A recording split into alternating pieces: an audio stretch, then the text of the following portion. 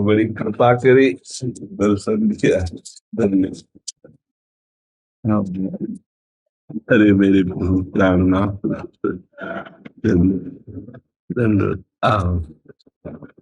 हमारी इच्छा है कि कुर्सी में विराजमान हो जाओ आप महाराज। मेरे को जमीन में बैठने दे दिया जाए। आओ विराज से हटा दो, कुर्सी हटा दो। आप एक आसन और लगा दीजिए।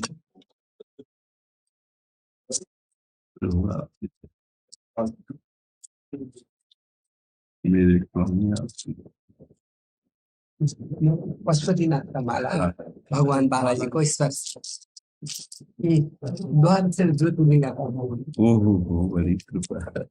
अभी ये भी पहुंचा देना था, ये भी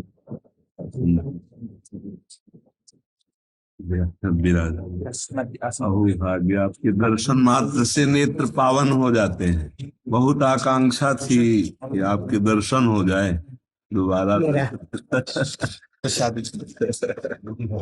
मैं बार बार प्रभु का दर्शन के लिए रोजाना प्रभु का नाम स्मरण करता हूँ।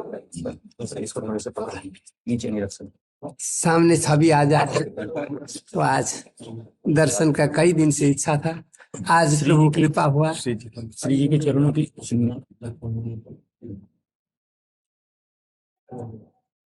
नेहा जी राजस्थान से। राधा वल्लभ श्री हरिवंश। राधे राधे महाराज जी, आपके चरणों में कोटि कोटि प्रणाम।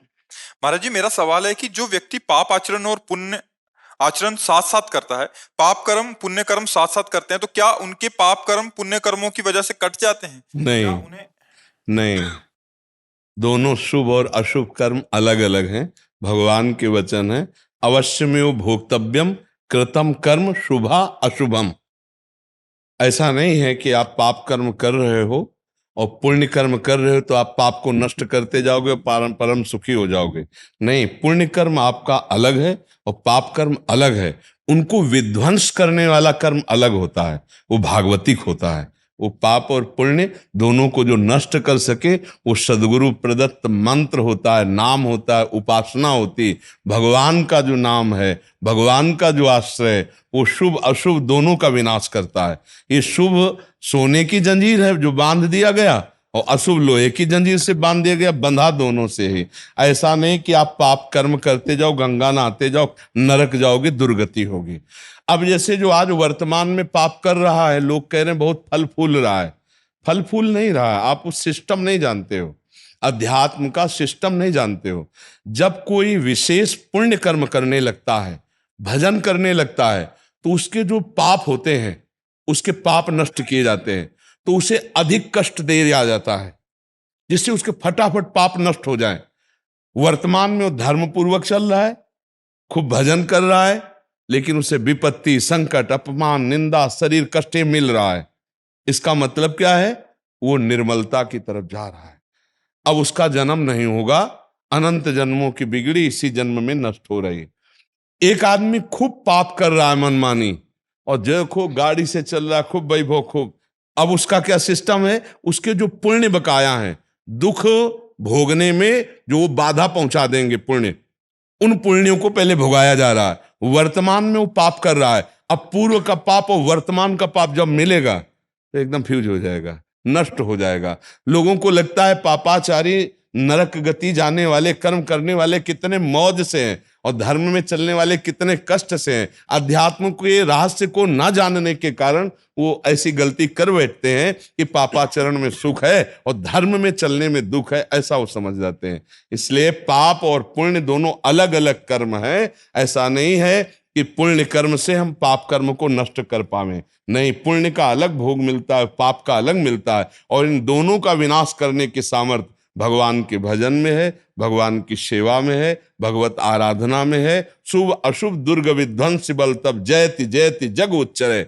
जो भगवान नाम निरंतर जपता है, सच्चे भाव से रहता है, पापाचरण नहीं करता है, उसका भजन पुण्य और पाप दोनों को नष्ट करके निर्मल भगवान के आनंद की, भगवदानंद की प्राप्ति कराता है। पुण्य का अलग फल है, पाप का अलग फल, इसलिए होश में।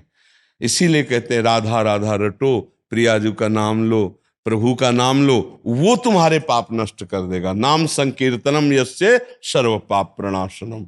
चाहे वो आप भगवान को माँ कहो या पिता कहो, वही है।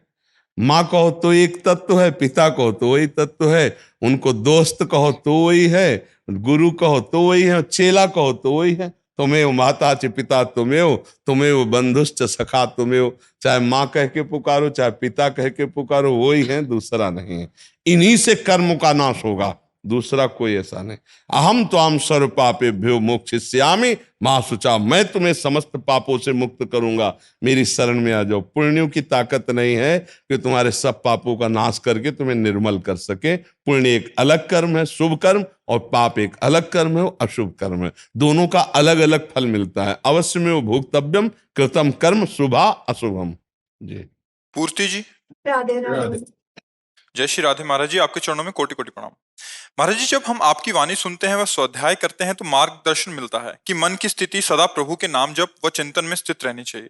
परंतु जैसे ही हम ग्रस्त कार्यों में संलग्न होते हैं तो मन पुनः सांसारिक चिंतन में खिंचने लगता है। वो पुनः आत्मग्लानि होती है कि गुरुवाणी सुनने के बाद भी मन पर संयम नहीं कर पा रहे। इसीलिए निरंतर नाम जपने की प्रेरणा की जाती है कि जब हम स्वाध्याय कर रहे हैं तो प्रभु में है, जब हम सेवा कर रहे हैं तो प्रभु में है, जब हम सत्संग सुन रहे हैं तो प्रभु में है। तो हमें बड़ा आनंद रहता है, ठीक निर्णय हमारी बुद्धि करती है, हमारा मन ठीक चलने के लिए तैयार होता है। लेकिन जब हम प्रभु को भूल जाते हैं तो माया फिर मन को मलिन कर देती है और गंदे विचार, गंदी चेष्टाएं, गंदा चिंतन ये चलने लगता है। तो गंदे विचार, गंदा चिंतन, गंदा क्रिया ना करा पावे, इसीलिए तो हम निरंतर नाम जपने के लिए कहते हैं। हाँ, नाम पाहरू दिवस निशी, ध्यान तुम्हार कपाट। जब रात दिन हम राम कृष्ण हरि भजेंगे, राधा राधा भजेंगे, तो ये पहरेदार है। नाम पाहरू दिवस, रात दिन तुम्हारा पहरादार है नाम। राधा राधा राधा, वो तुम्हारा मंगल नहीं होने देगा, तुमसे गलत क्रिया नहीं होने देगा। गलत क्रिया भूल चूक से हो गई, उसको टिकने नहीं देगा, भस्म कर देगा। इसलिए नाम निरंतर। सातु दीर्घकाल निरंतर सत्कार सेवितो दृढ़ भूमि, पातंजलि महाराज कहते हैं। दीर्घ काल तक निरंतर आदर सहित नाम जपा जाए तो सब विध्वंस करके दृढ़ भूमि वो भगवत प्राप्ति करा देगा। इसलिए नाम जप करो, नाम निरंतर जप करो। खाली रहना का हनुमंत विपति प्रभु सोई, जब तो सुमिरन भजन न होई। यदि सुमिरन भजन नहीं हो रहा तो फंसा देगा मन माया में, माया हमारे को परास्त कर देगी। और सुमिरन भजन हो रहा है तो हमारा जो शरीर रूपी रथ है ये सही मार्ग में जाएगा। शरीर एक रथ है, इंद्रियां इसके घोड़े हैं, मन इसकी लगाम है, बुद्धि सारथी है। और अगर ड्राइवर सारथी को अंग्रेजी में ड्राइवर कहते हैं, अगर ड्राइवर नशे में हो तो गाड़ी ठोक देगा, नहीं ठोक देगा, एक्सीडेंट हो जाएगा, कहीं गड्ढे में गिरा देगा। बुद्धि ड्राइवर है और ये त्रिगुणमयी माया की मदिरा पिए हुए है। अब इसको नशा रहित करना है तो ईश भजन सारथी सुजाना। भगवान श्री राम जी ने कहा ईश भजन सारथी सुजाना। अगर बुद्धि ड्राइवर को बहुत प्रवीण बनाना है तो राधा राधा राधा, कृष्ण कृष्ण कृष्ण, राम राम राम। ईश भजन, जितना भजन करोगे उतना बुद्धि प्रवीण होगी। और बुद्धि सारथी है तो मन रूपी लगाम को जहां खींचा तो इंद्रिय रूपी घोड़े वहीं ब्रेक लग गई, अब मोड़ो हरि की तरफ।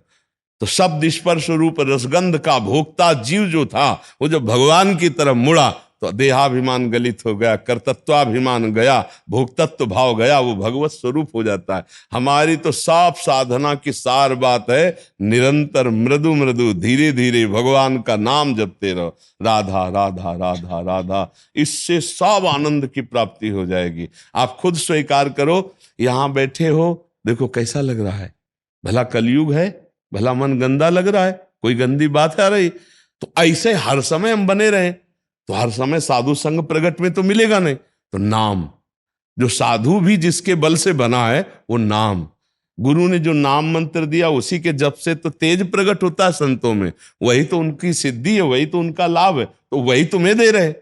संत जन कितने कृपालु हैं कि अपने गुरु प्रदत्त जीवन की लाभ वस्तु आपको फ्री दे रहे हैं। ए राधा राधा बोलो, राम राम बोलो, हरि हरि बोलो, कृष्ण कृष्ण बोलो। अब इसको पकड़ ले तो बस लाभ मिल जाए। पकड़ नहीं पाता, अरे भाई राम राम कृष्ण कृष्ण हरि हरि, ये तो क्या है, सभी लोग बस पकड़ ले तो इसमें महत्व है। एक बार एक गुरुदेव की सेवा में एक गरीब आदमी जाता था कई वर्ष सेवा किए। उसने सोचा बाबा के पास धनी मानी आते रहते हैं, कभी किसी से कह देंगे तो हमें धन दे देंगे। तो ऐसा बाबा ने किया नहीं। तो एक दिन खुल के उसने कहा, बाबा हम गरीब आदमी हैं, बहुत दिन से सेवा कर रहे थे, हमको चाह रहे थे कि आप दे। बोले बेटा हम भी देना चाह रहे थे, जाओ आज ऐसी एक अमूल्य चीज देते हैं तुम निहाल हो जाओगे। उसको लगा कि बाबा के पास तो धनी मानी लोग आते रहते हैं, जरूर कोई कीमती चीज होगी। बोले जाओ गंगा स्नान करके आओ। अब बड़ा मगन होके गंगा स्नान कर बैठा हो, कहा बेटा राम राम राम यही यही जपो बस। उसने कहा यार मतलब कोई नई बात है। आग अब आप प्रणाम करके गया तो गांव के लोग जो गाय चरा रहे थे वो कहा भैया राम राम गुरु जी की सेवा कर आए। तो उसको बड़ा संशय हुआ कि चरवाहा तक राम राम बोल रहा है, इतने दिन सेवा की गुरु जी। बोले गंगा नहा के आओ, तुम्हें बड़ी कीमती चीज दे रहे हैं ये, और बोले राम राम कहो। तो एक बार लौटा कि जाके महाराज जी से कहे कि फुसलाओ मती हमें, हमें तो संपत्ति चाहिए थी ऐसी कि जो हमको माला माल कर दे। तो गुरु जी सिद्ध पुरुष थे, जब वो लौट के गए तो बोले बेटा एक काम है। बोले गुरु जी कुछ पूछना था। बोले बाद में, हमारा एक काम है, एक हमारी झोली में हीरा रखा है, उसको बेचना नहीं है, केवल दाम पूछ के चले आओ। बोले ठीक है गुरु जी। अब वो हीरा लिए बाजार में गए तो सब्जी वालों के पास, तो सब्जी वाले ने देखा कि चमकता हुआ पत्थर है, तो उनका किलो 2 किलो बैंगन ले लो या आलू ले लो। बोले नहीं बेचना नहीं है। एक कागज में लिखा सब्जी वाले ने 1 किलो बैंगन या 1 किलो आलू लेने की। अब बनिया की दुकान में गया, उसने देखा, उसने कहा है तो चमकता हुआ, 1,000 रुपया दे। 1,000 रुपया? अगर किलो 2 किलो वहां आलू लेके बेच देते तो क्या हम जान पाते। 1,000 रुपया लिखा, 1,000। बोले लाओ। अब वो स्वर्णकार के पास, वो स्वर्णकार ने देखा हीरा है, पर ऐसे गरीब आदमी के पास हीरा कहां से आ जाएगा, तो नकली है लगभग। उनका 1,00,000 रुपया देंगे।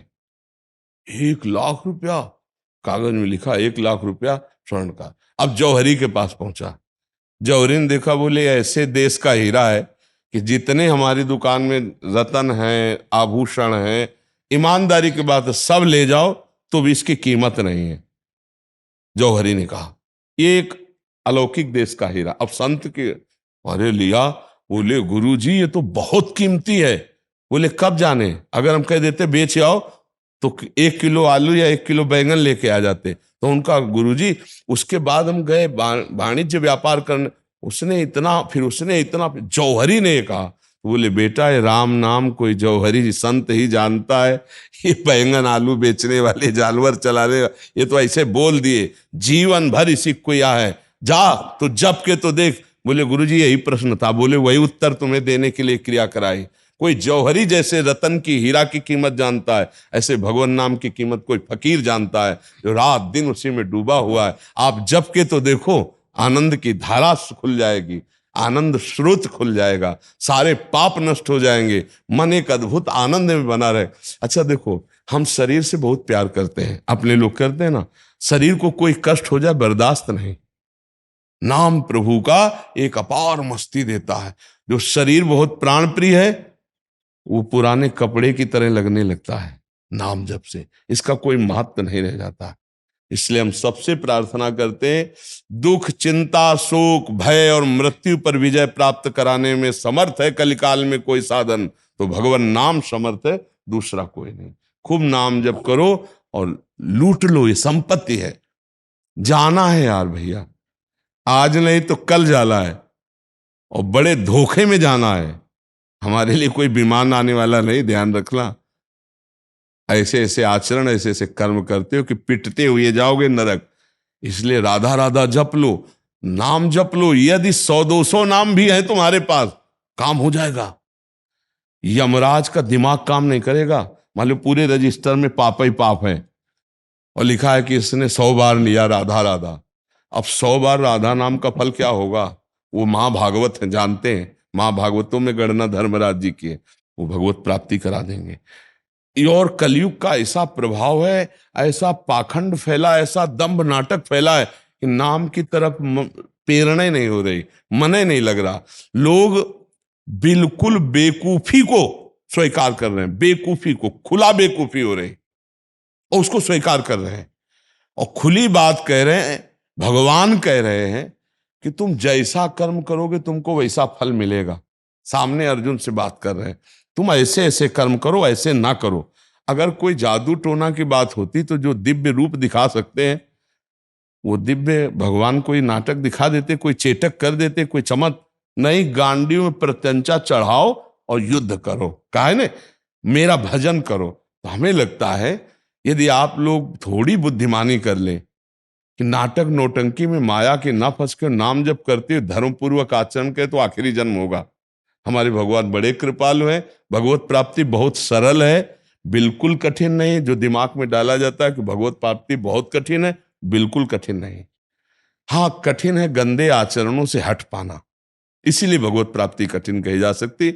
आप शराब मत पियो, मांस मत खाओ, पराई माता बहनों की तरफ गंदी दृष्टि मत करो और राधा राधा जपो। अगर इस लोक में आनंद न मिले तो हमें बताना, परलोक की तो बात जाने दो, वहां तो आनंद ही आनंद मिलेगा, ये लोक भी आनंद में हो जाएगा।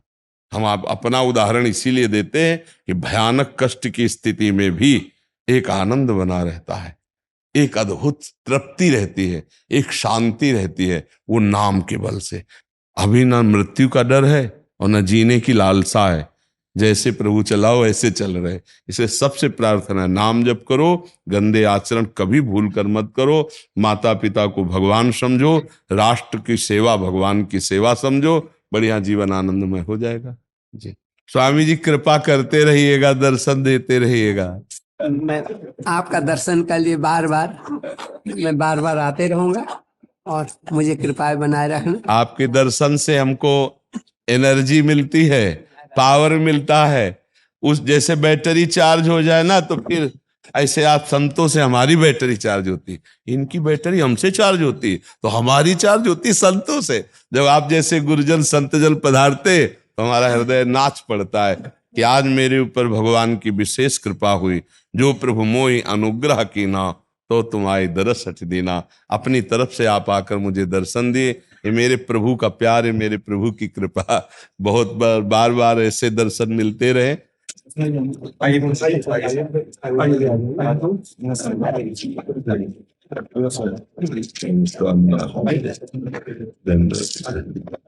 फिर प्रार्थना है, बार बार दर्शन देते रहिए। आप हमारे पिता हैं, मेरे लिए आप ईश्वर है, ईश्वर का दर्शन के लिए आए, बार बार आते रहो। इंस्पेक्टर सुधांशु शेखर मिश्रा जी। जय श्री राम। राधा वल्लभ श्री हरिवंश महाराज जी।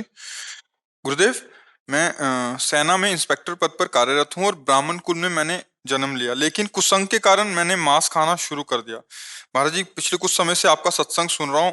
महाराज जी, इनका भाव ये है कि छोड़ना चाहते हैं मांस खाना, बट इनका आदत ऐसा है कि अभी छोड़ नहीं पा रहे। मतलब ये कह रहे हैं कि मैं बुरे मार्ग छोड़ना चाहता हूँ। अब राष्ट्रीय विभाग में ये चीजें परोसी ही जाती हैं। जो सैनिक हैं, जो ऐसे हैं, अब उसमें अगर आपका बन सके तो ना खाइए, और अगर नहीं बन रहा है तो नाम जप पर ध्यान दीजिए, सब बन जाएगा, सब ठीक हो जाएगा। जैसे आप छोड़ना चाहते नहीं छोड़ पा रहे, नाम जप करो, एक बल आएगा, छूट जाएगा। और हम बहुत से ऐसे हमारे राष्ट्रीय सैनिक जन जुड़े हुए हैं जिनको हमने कहा हर परिस्थिति में हमारे राष्ट्र सेवा की प्रधानता रखनी है और नाम जप की। अब वो ऐसी ऐसी जगह तैनात हैं, ऐसी परिस्थितियां हैं कि उनके पास जो पहुंच रहा है उसी से पेट भरे और राष्ट्र सेवा में समर्पित रहे। अब वहां मूंग की दाल है, रोटी है, घिया की सब्जी है, पवित्र देसी घी से छौंक के आपके लिए अलग बने, मुझे तो लगता है ऐसा विधान तो नहीं। महाराज जी, इसमें जैसे आप कह रहे हैं, हमें पहले बताओ, किचन एक होता है, किचन एक होता है, बनाने वाले एक होते हैं ना। अब उसमें आप बताओ क्या पवित्रता, क्या पवित्रता। ये जरूर है कि वो पाते नहीं हैं, बस ये उनकी मान्यता है। अब वो राष्ट्र सैनिक है, अब नहीं पाता है तो अब जो मिला है उसे खाए अपना राष्ट्र सेवा में रहो, राधा राधा कहे। यदि आपका ऐसा कोई स्वयं का कार्य होता तो उस पर अंकुश रखा जा सकता है कि आप नहीं बनाएंगे, आप नहीं खाएंगे। लेकिन जो राष्ट्रीय विभाग में है, अब वहाँ अब और जी जैसे वैसी स्वतंत्रता भी है कि जो मतलब अगर ये शुद्ध खाना चाहे, मतलब जैसे आपने बोला कड़छी वाला तो हम मान सकते हैं महाराज जी, उसमें भी विभाग करते हैं कि उनकी कड़छियां भी अलग हों, बट वो बनता तो एक ही जगह है। बट अगर जो नहीं पाना चाहता तो काफी हद तक ऐसे हैं महाराज जी जो नहीं पाते। मतलब ऐसा भी नहीं है उसमें महाराज जी, कुछ मांस खाने वाले हैं, कुछ मांस भी नहीं खाते, अंडा खाने वाले हैं, और कुछ अंडा भी नहीं खाते और मांस भी नहीं खाते, कुछ मतलब उनके लिए अलग। हम तो कभी मतलब इस विषय को जाना भी नहीं ना, क्योंकि बचपन से बाबा जी रहे। लेकिन हम एक भावनात्मक सोचते हैं। जैसे आपको भोजन ट्रेन में मिलता है, अगर दोनों बनते वेज और हाँ नॉन वेज, तो हमें लगता है वही रसोई होती होगी, रसोई तो हमारे जी एक ही होती है है, ना। इतना मतलब ये हाँ तो नहीं है, बट ये है कि जो आहार अंदर जा रहा है हाँ, तो उसमें वो मान लो आप पवित्र तो नहीं कह सकते, आप मान लो कि आप प्रगट रूप में मांस नहीं खाते, ऐसा। तो हमें लगता है बच्चा ना खाओ तो अच्छा है, नहीं। जी गुरुजी। क्योंकि जीव जंतु कोई भी हो, भगवान सब में है, और उनको काट करके अपने शरीर का पोषण करने के लिए खाना, ये मनुष्य के लिए पवित्र आचरण के लिए, भगवत प्राप्ति के लिए, ये तो ठीक नहीं बच्चा। और कहीं ना कहीं भगवान की कृपा है कि आप इस बात को स्वीकार करते हैं कि नहीं खाना चाहिए, तो आप बंद कर दीजिए, नहीं। शरीर पे फर्क नहीं पड़ता है।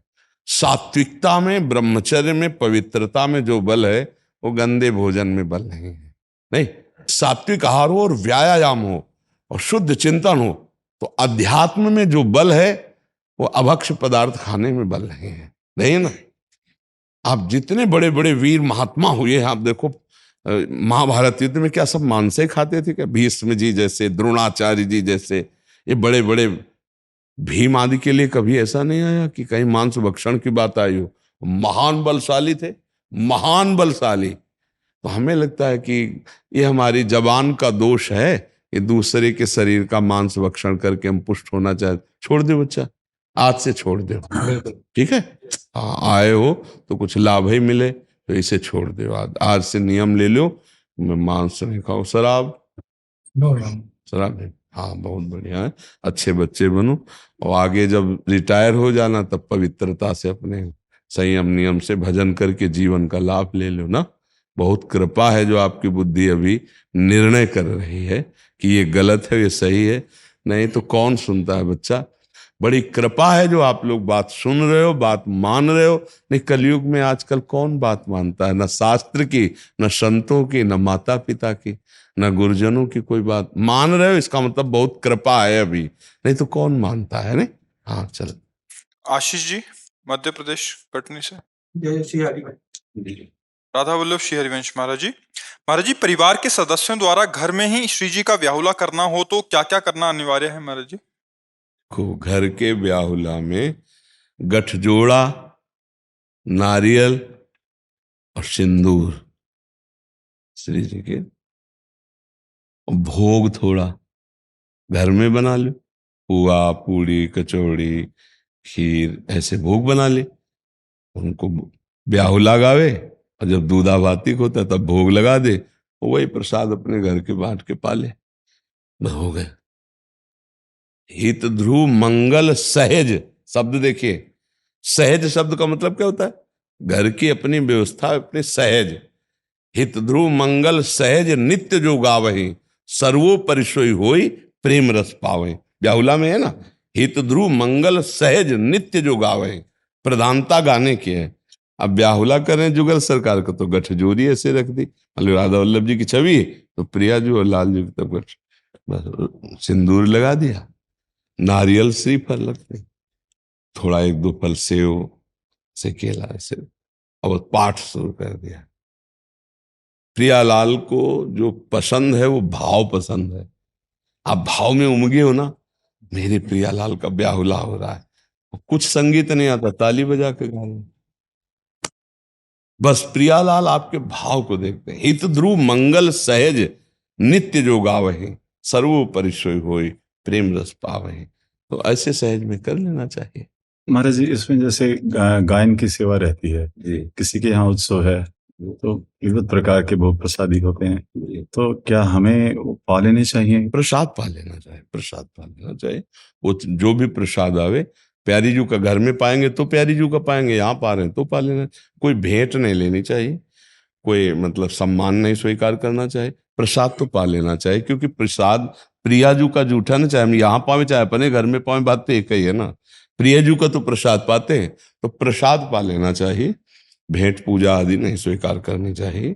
अगर हम ब्याहुला गाने गए हैं, अर्थ नहीं लेना चाहिए। महाराज जी, जैसे कल सत्संग में था कि जो बनाने वाले हैं उनका भाव भी कई बार होता है, तो कई बार और ब्याहुला करने के समय जब आप गा रहे हैं, तो आपके गायन के समय जो थाली दूधा बाती में गई है, अब उसमें किसी कोई संशय नहीं। क्योंकि हमारी श्री जी ने जब पाया है, तो चाहे जहर क्यों ना हो, वो हम जरूर पाएंगे।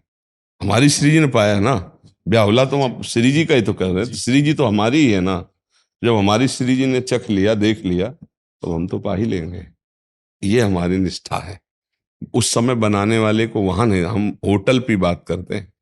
स्थान और प्रसंग, इस पर बहुत ध्यान दिया जाए कि गुरुजन प्रसंग कौन सा बोल रहे थे और स्थान क्या था। जब ये हम कहते हैं कि बनाने वाले का विचार क्या है, आपकी टेबल पर तो बहुत सुंदर परोस दिया गया के होटल में, लेकिन पीछे बनाने वाला कैसा अपवित्र संस्कार वाला है, कैसे अपवित्रता से बनाता है, कैसे अपवित्र विचार, ये नहीं जाना। लेकिन जब ब्याहुला हो रहा है अपनी श्री जी का, तो कोई सांसारिक बारात तो है नहीं, और ब्याहुला वही कराएगा जो थोड़ा पवित्र भाव रखता है। वैष्णव है, वैष्णव ही करवाएगा, और अवैष्णव तो करवाएगा ही नहीं, क्योंकि उसको ज्ञान ही नहीं है। तो एक तो वो वैष्णव है, और दूसरे के अंदर भाव कि हम श्री जी को भोग लगाएंगे, ब्याहुला में हो रहा ना, और तीसरे हमारे सामने भोग लगा, हम पद गाए हैं, अब हमें संशय नहीं, अब हम उसको प्रसाद को पालेंगे, ऐसा भाव रखते हैं जी। महाराज जी, इसमें एक और प्रश्न था। जैसे आपने बोला था कि जो प्रसाद वगैरह जैसे परिक्रमा मार्ग आदि पे बट रहा है वो नहीं पाना चाहिए, ये तो एक बात हो गई महाराज जी, समझ आती है। तो जैसे मंदिर आदि में कभी प्रसाद आदि मिले, उसी समय बोला था। उस समय बोले महाराज जी। हाँ। और यहाँ गुरु स्थान पे अगर गुरुदेव आदेश कर दें तो गुरु स्थान पे भी पा लेना चाहिए या? गुरु स्थान तो हमारा घर है, हम वहां थोड़ी सोचेंगे कि कोई दान पुण्य का है। मान लो जैसे राधा खेल कुंज में शरबत पिलाया जा रहा है या भोजन पवाया जा रहा है, तो दान पुण्य थोड़ी है। हमारे गुरु का जैसे हमारे घर में सब कुछ ऐसे यही है, सब कुछ हम ये बैठ के खूब पाएंगे और खूब नाचेंगे, खूब गाएंगे। हम कोई दान पुण्य का पा रहे हैं क्या? अपने बाप का पाना कोई दान पुण्य का पाना है क्या? तो अपने गुरु के यहाँ पाना कोई दान पुण्य का पाना है क्या? अच्छा, गुरु का यहाँ है तो वहां भी तो सब गुरु का है। अलग चीज थोड़ी है। बात है हम पुण्य के लिए थोड़ी होता है। यहाँ तो श्री जी का प्रसाद अपने बच्चे सब पाओ, चाहे चराचर जगत कोई आए। अब वहां जो रोड में बैठा रहे हैं वो पुण्य के लिए बांट रहे हैं। उसके पीछे कोई संकल्प है? हाँ, उनका कामना है जितने लोग पिएंगे उतना पुण्य मिलेगा। और यहाँ हमारी श्री जी से बढ़कर कौन सा पुण्य भैया? तो श्री जी को भोग लगाए पाओ।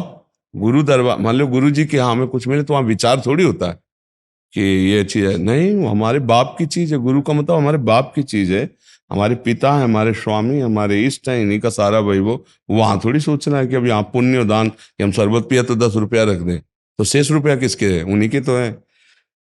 ये गलत हो जाएगा। फिर जैसे मन में आया कि भाई गुरु के यहाँ शरबत पिया तो 10 रुपया हम रख दें, तो 10 रख दिया, शेष जेब में जितने वो किसके है?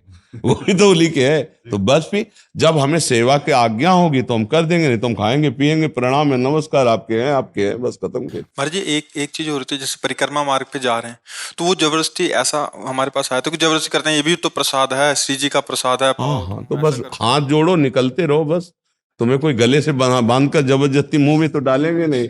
बस वही कहते हैं श्री जी का प्रसाद, तो हाथ जोड़े रहो और कदम बढ़ाते रहो, चले जाओ। वो जबरदस्ती इसीलिए कह रहे हैं क्योंकि उनको पुण्य चाहिए।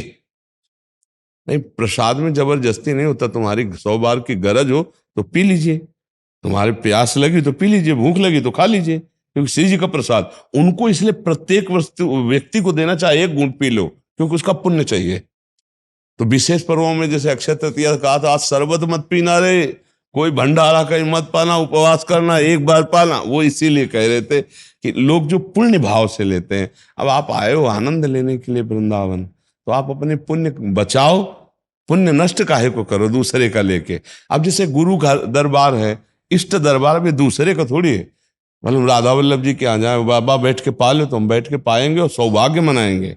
अब हम गुरु जी के यहाँ से रोज आता है प्रसाद गुरु जी, तो वहां थोड़ी सोचना है कि अब हम कुछ दें, क्योंकि गुरु जी हमारे पास है जो कुछ उन्हीं का, ऐसा कुछ क्या देना है हमको, तो जो मिल रहा है हम उन्हीं का तो खा रहे हैं, घर में उन्हीं का है, प्रगट में भी नहीं खाए, तो गुरु दरबार में तो ऐसा नहीं सोचना चाहिए। महाराज जी, इसमें जैसे कई बार ऐसा होता है कि सत्संग में सुना कि ये वस्तु नहीं खानी पानी चाहिए, जैसे चाय के लिए भी एक बार आपने वर्जित किया था, तो आपका आदेश समझ के उसको छोड़ दिया। तो अब यहाँ आए तो यहाँ चाय का प्रसाद मिल रहा है। हाँ, पा लेना चाहिए, उसमें नहीं छोड़, हम व्यसन नहीं करते हैं उसको शरीर उसमें, लेकिन अगर कह दे कि ऐसे, और अगर हम मान लो गए हो वहाँ भंडारा हो रहा है, सब चीज बना है पवाए, हमको डट के पाएंगे कि गुरु प्रसाद है गुरु दरबार में, और किसके लिए जीवन है, उन्हीं के लिए जीवन है। तो बस उसको थोड़ा सोचना है, जो समय स्थान का महत्व होता है उपदेश का। अब किसी के लिए मान लो यहाँ उपदेश हो रहा है कि आप ऐसा नहीं कर सकते, और वही बात हम दूसरे के लिए हाँ कह सकते हैं, एक को कह रहे हैं नहीं, ठीक वही बात समय स्थान के अनुसार दूसरे को मुझे हाँ बोलना पड़ेगा, और वो भी धर्म होगा, और वो भी धर्म होगा। अब इसीलिए अपने जब कोई उपदेश हो और अपने सिद्धांत से विपरीत जाते हो उपदेश, तो गुरुजनों से पूछ लेना चाहिए कि ये उपदेश सार्वजनिक है या मेरे लिए भी लागू है, क्योंकि कुछ उपदेश होते हैं सार्वजनिक और कुछ होते हैं पर्सनल। तो पर्सनल उपदेशों में सार्वजनिक नहीं आएगा और सार्वजनिक में पर्सनल नहीं आएगा, बात समझना। तो अब महापुरुषन ने तो सब रस गायो, ध्रुवदास जी, देखनो ये है कि उनको हियो कहाँ ठहरानो। अच्छा, जैसे बैंगन है निषेध है और श्री जी को भोग लगता है, राधा वल्लभ जी में बैंगन का भरता का बहुत जोर का भोग लगता है, श्री जी को बहुत पसंद है। तो जिंदगी में संन्यास मार्ग में कभी ऐसे, और उसको हम पहले लेते कि श्री जी का प्रसाद है, हमारी श्री जी जो पाले तो हमारे लिए कोई उसमें थोड़ी रहता है। हाँ, ऐसे देखा जाता है, और उसमें लिखा है कि 15 दिन तक अगर उसका बीज रहे बैंगन का और शरीर छूट जाए तो नरक जाता है ऐसा वर्णन आता है। तो सारे सिद्धांत एक तरफ। अब जैसे वर्णन है कि अमुक व्रत को अगर अन्न पाया जाए तो मानो कीड़े पाए जाएं, और यहाँ पूरा भोग लगता है श्री जी का। जगन्नाथ जी में पूरा महाप्रसाद को भोग लगता है, 12 महीना लगता है। तो अब जब हमारी श्री जी का भोग लगा तो एक प्रसाद पाने से करोड़ एकादशी का जो फल है वो बराबर नहीं हो सकता। कोटि कोटि एकादशी महाप्रसाद को अंश तिनको या प्रतीत है जिनके गुरु हरिवंश। समझ रहे ला? तो हमको अपनी बात को देखना है। अब जब सिद्धांत हम एकादशी का वर्णन करेंगे तब ये करेंगे, एक भी अन्न का दाना अगर एकादशी की जिह्वा में गया तो कीड़े के समान पातक माना जाएगा। अब आपको क्या, आप अन्न पाते हो, आप प्रसाद भोगता हो। अब आपको डरना नहीं उस समय, तो ये देखना है कि महापुरुषन ने सब रस गायो, देखनो ये है कि उनको हियो कहाँ ठहरानो, ताको गहनो, गहनो माने पकड़ना, हमको पकड़ना है उनका जो हमारे प्रति उपदेश है। एक होता सार्वजनिक सत्संग और एक होता उपदेश आज्ञा। तो सार्वजनिक सत्संग में सब नहीं पकड़ा जाता, वो सबके लिए हो रहा है, मेरे लिए क्या है उसमें वो बात पकड़नी है। और नहीं तो शांति से भगवत चरित्र है, अपना सुन लिया उठे चले गए, हमारी रहनी पे फर्क नहीं पड़ेगा। रहनी पे जब कोई प्रश्न आवे तो फिर सुलझ लेना चाहिए गुरुजनों से मिलके, नहीं तो उपासना में फर्क पड़ सकता है। महाराज जी, श्री हरिवंश।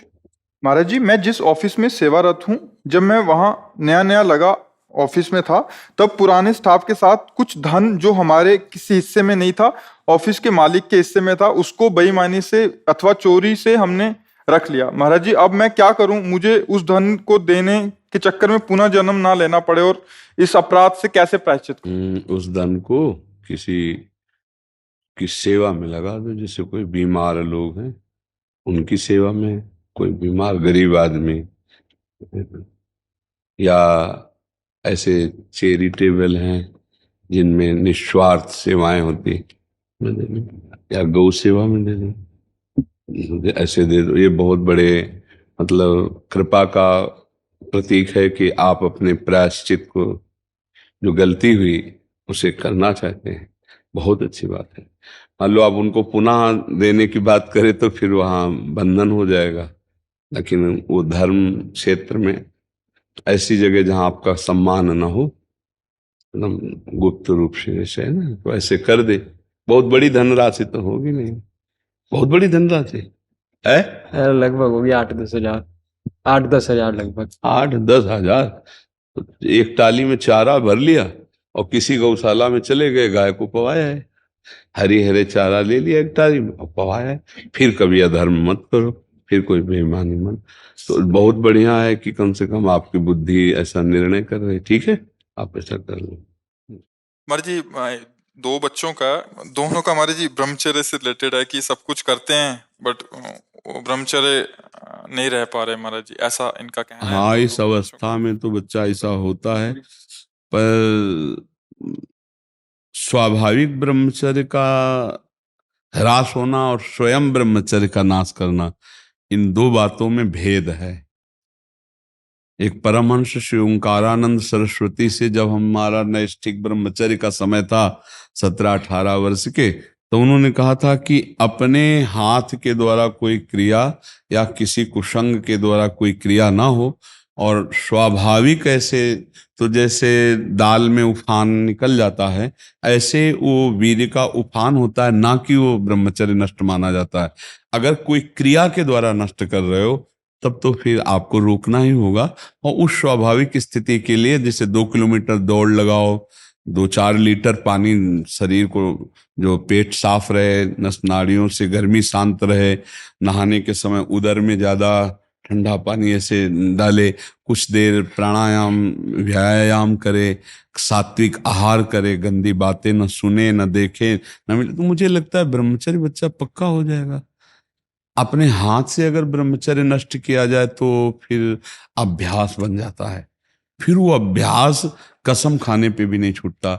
यदि ऐसी कोई गंदी बात है तो उसे छोड़ना ही आपको पड़ेगा। उसके लिए कोई जादू तमाशा तो आता नहीं, आपको नियम लेना पड़ेगा। देखो, आपको ग्लानि तो है ही, तो आप उसका सुधार करने के लिए, मुझे लगता है कि स्वाभाविक ब्रह्मचर्य 6 से किसी को ग्लानि नहीं होती। ज्यादा ग्लानि होती जब नियम धारण करना चाहते हैं और फिर हम जब नहीं धारण कर पाते, तब हमें परेशानी होती। क्यों? ऐसे ही तो परेशानी होगी। हाँ महाराज जी ऐसी है। तो पर बात यह है महाराज जी की अहंकार बहुत है, ग्लानि बहुत कम होती है। अहंकार इतना ज्यादा हो गया है जी, कि ये बुरा नहीं लगता है, अब हमारे डेली का रूटीन जैसा हो गया है, तो मतलब लगता ही नहीं कि कुछ गलत काम किया। हाँ, क्योंकि बच्चा, जब हम नए नए कोई गलत काम करते हैं तो हमारे अंदर जो सत परमाणु होते हैं वो आपको ग्लानि देते हैं, और जब अधिक असत परमाणु हो जाते हैं, जैसे कोई हत्या करता है पैसे लेके, तो उसको हत्या एक व्यापार नजर आता है, उसको कोई ग्लानि नहीं होगी, आके शराब पिएगा, मस्ती से रहेगा। उसको उसके सत परमाणु नष्ट हो चुके हैं। जैसे अभी अपने प्रश्न करता पीछे से कि हम जब गाली या कुछ ऐसा कटु बोलते हैं तो हृदय दुखी हो जाता है, कितना पवित्र परमाणु है जो गलत बोलने पर भी हृदय को दुख देते हैं। तुरंत बाद इतना बुरा लगता है महाराज जी कि क्या पाप कर दिया, लेकिन करते समय बुरा नहीं लगता। नहीं बच्चा, हमें लगता है कि ब्रह्मचर्य पर महत्व ना होने के कारण ऐसा होता है। नहीं, ब्रह्मचर्य पर महत्व हो और बुरा लगे, फिर अगली बार हम उसको सुधार न पाए, ऐसा कैसे हो सकता है? हमको जहां से क्लेश मिल रहा है, अशांति मिल रही, वो हम कार्य कभी नहीं करेंगे, लेकिन हमको सुख मिल रहा है ऐसा आभास हो रहा है, इसलिए हम उसे करते हैं। बच्चा, सुख क्या है? एक नई दाद जैसे हो जाए, खुजलाओ, बस उतने सुख मात्र के लिए अपने ब्रह्मचर्य का नाश कर रहे हो। उसको थोड़ा रोकना होगा, थोड़ा सहना होगा। उसको रोकने सहने के लिए नाम जप और आसन, जरूर आसनों में बैठना हो, क्योंकि ब्रह्मचर्य एक तपस्या है बच्चा। ये कोई साधारण तो है नहीं तो सबको ही रह लेता। एक तपस्या है। सात्विक भोजन, कब्ज ना रहना, प्राणायाम, व्यायाम, और ये पक्का समझना कि मुझे किसी भी स्थिति में ब्रह्मचर्य भंग नहीं करना। संतानोत्पत्ति गृहस्थ के लिए तो वो अनिवार्य विषय है, अनिवार्य विषय, वो तो करना ही है उसे, क्योंकि गृहस्थ धर्म में गया है तो संतानोत्पत्ति। लेकिन जब तक ऐसी स्थिति नहीं आती तब तक हम ब्रह्म, तो उसमें फिर पहले की सारी क्रियाएं बंद करने के बाद भी बंद नहीं हो पाती। अभ्यास अभ्यास अभ्यास तो इतना विचित्र है भैया कि हमको एक साधक मिला, उसने बताया मैं करता ही नहीं, सोते हुए मेरे हाथ से हो जाता है। मैं करता भी नहीं हूं, मुझे सुध भी नहीं रहती, तो हमें पहले तो लगा कि ऐसा कैसे हो सकता है। फिर चिंतन में आया कि अभ्यास के द्वारा हो सकता है। अभ्यास, गलत अभ्यास हमारे जीवन को नष्ट कर देता है। तो क्या हम सही अभ्यास से धीरे धीरे गलत अभ्यास पर शासन नहीं कर सकते? कर सकते हैं, पर क्या होता है हम बहुत जल्दी हार जाते हैं। अब इसका अंदर से समझो, आपको जब मन गलत सलाह दे रहा होता है तो उस समय आप सावधान नहीं होते। उस समय आप सुखद वृत्ति करके और आप मान लेते हैं कि इसमें सुख है, और फिर जब क्रिया हो जाती है तब आपको होश आता है। फिर आप मन से ग्लानि करते हैं कि यार मैंने क्यों किया, मैंने तो नियम लिया था अब ऐसा, पर आप उसे सुखद मानते हैं। अंदर एक शीतलता सी दौड़ती जब वो बात आती कि यार सुख है इसमें, बस यही सुख की भावना ही नष्ट करती। भगवान ने काम पर विजय प्राप्त करने के लिए यही बात बताई, वैराग्य और अभ्यास के द्वारा भगवत नाम जप, सत्संग सुनना, भगवत चरित्रों का पढ़ना, आसनों पे बैठने का अभ्यास करना, प्राणायाम का अभ्यास करना, सात्विक भोजन ब्रह्मचर्य रहने के लिए एक तपस्वी जीवन चाहिए बच्चा। तो स्वाभाविक ब्रह्मचर्य नष्ट ना हो इसके लिए आपको अपने हाथों पर शासन करना होगा। आपको मोबाइल ना देखने का नियम लेना होगा, गंदी बातों का, गंदे बच्चों का संग नहीं करना होगा, तभी आप चल सकते हो। नहीं आजकल बहुत गलत उपदेश देने वाले मोबाइल में। जी कुछ मित्र तो ऐसे हैं जो आपके पास भी आने से रोकते हैं। हाँ, क्योंकि हमारे पास रोकेंगे तब तो बोलते हैं कि बाबा जी का उनका संग ज्यादा मत करो, हाँ, नहीं। पूजा करना है तो घर पे रहो। हाँ, बोलते उनका जंग तो कम से कम रोक ही रहे हैं, वो रोक ही रहे हैं। बाबा बन जाओगे आए बोले संतों का संग करोगे तो वैसे ही हो जाओगे, तो पीला ओढ़ लोगे। लेकिन आपका जीवन बिल्कुल नहीं, हमने कभी ये तो नहीं कहा पीला पहन लो, हमने तो यही कहा है कि ऐसे बनो आचरण गृहस्थ में भी बनकर कि दूसरों को सुख पहुंचाओ और अपने को सुख पहुंचाओ। अच्छा आप खुद बताओ, एक बार ब्रह्मचर्य क्षीण होने के बाद आपको शारीरिक और मानसिक परेशानी होती है कि नहीं? हर तरह से होती है होती है महाराज। ना। तो देखो वो गलत है ना, चाहे डॉक्टर कहे चाहे मित्र कहें, वो गलत उपदेश देते हैं ना। यदि आपका स्वाभाविक ब्रह्मचर्य क्षीण होगा तो आपको उत्साह, शारीरिक फुर्ती बढ़ेगी। ध्यान देना, महीने 2 महीने 2.5 महीने में जब स्वाभाविक ब्रह्मचर्य स्वप्न दोष आदि होगा, वो आपकी शक्ति नहीं होगी। वो संतान उत्पत्ति करने वाला वीर्य नष्ट नहीं होता, वो क्रिया से ही होता है। जैसे आपने हस्त क्रिया या और क्रियाओं का आश्रय लेकर। तो ये जो मित्र जन है ये वास्तविक शत्रु जन है, जो कहते हैं गंदे आचरण करो। यार कुछ नहीं होता, सब कोई करता है। ऐसे कई बातें कही जाती, नहीं सब कोई नष्ट हो रहा है तो हमको भी नष्ट होना है क्या? 10 लोग गलत हैं तो क्या सिद्धांत हो जाता है क्या? ऐसा नहीं। देखो जहां से हमें सदुपदेश मिले। अच्छा हमने कभी ऐसा नहीं कहा होगा कि तुम यहां आओ ही नहीं, तुम जहां हो वहीं से सुनो और अपने जीवन को सुधारो। अच्छा बच्चा, आज तक के सत्संग सुनने से ये बताओ कोई ऐसी बात मिली है जो तुम्हारी बिगाड़ने वाली लगी? नहीं महाराज। कि आप कहते हैं दूसरों को सुख पहुंचाओ। दूसरों को सुख पहुंचाने में ऐसा हो गया हूँ, मतलब मेरे को बस ऐसा लगता है कि मेरी कोई ऐसी वाणी ना हो कि मेरी वजह से किसी को दुख पहुंच जाए। नहीं, उसके बाद जीवन बदल। हाँ ये जीवन यही साधुता का जीवन होता है। पैजामा कुर्ता में, पैंट शर्ट में आप महान आत्मा हो जाएंगे, आप गंदे पुरुष नहीं रहेंगे। एक सुधरा तो सैकड़ों को सुधार देगा, ये बात समझो। एक सुधर जाए ना तो आसपास का माहौल सैकड़ों को सुधार दे। कल एक आए थे भाई, किसी नौकरी में थे, वो कहते थे हमारा पूरा डिपार्टमेंट राधे राधे करके ही हमसे बात करता है। बिल्कुल यही होता है। तो अब राधा राधा, राधे राधे, हेलो हाय जहां बंद नहीं, अब राधे राधे हो रहा तो कितना बढ़िया बात है। अच्छा तुम्हें लोग देख के डरने लगे कि यार ये तो पिएगा नहीं और पीने देगा भी नहीं, ऐसे डरने यही लगे। होता है महाराज। हाँ, तो आप लोग थोड़ा नियम निष्ठा को धारण करें। आप दौड़ते हैं? हाँ महाराज। कई किलोमीटर? 400 मीटर की 3 चक्कर। 1 किलोमीटर। पर ना रोज नहीं हो पाता, रूटीन में नहीं हो पाता वो, कंटिन्यू नहीं हो पाता महाराज। नहीं, ब्रह्मचर्य के लिए तो बहुत जरूरी। बच्चा बहुत बड़े तेज को रोक लाए, कोई साधारण थोड़ी। सात्विक भोजन और व्यायाम और प्राणायाम। प्राणायाम करते हो कुछ मिनट तो फिर कैसे रोक पाओगे? अरे बहुत बड़ा तेज है, इसको रोकने के लिए जरूरी है। इसकी वजह से और भी पाप होते हैं महाराज जी, जैसे दूसरी माताओं बहनों के लिए दृष्टि खराब होती है, झूठ बोलना पड़ता है, बहुत सारे इत्यादि ऐसे काम है जिसके लिए नहीं, सबसे ज्यादा पाप जो है काम से ही होता है। काम से ही क्रोध होता है, काम से ही लोभ होता है। मान लो काम हमारा भावना बन गई, उसके प्रतिकूल हुआ तो फिर हम हिंसा भी कर देंगे। कामी पुरुष ही तो हिंसा करता है, कामना ही तो हिंसा कराती है।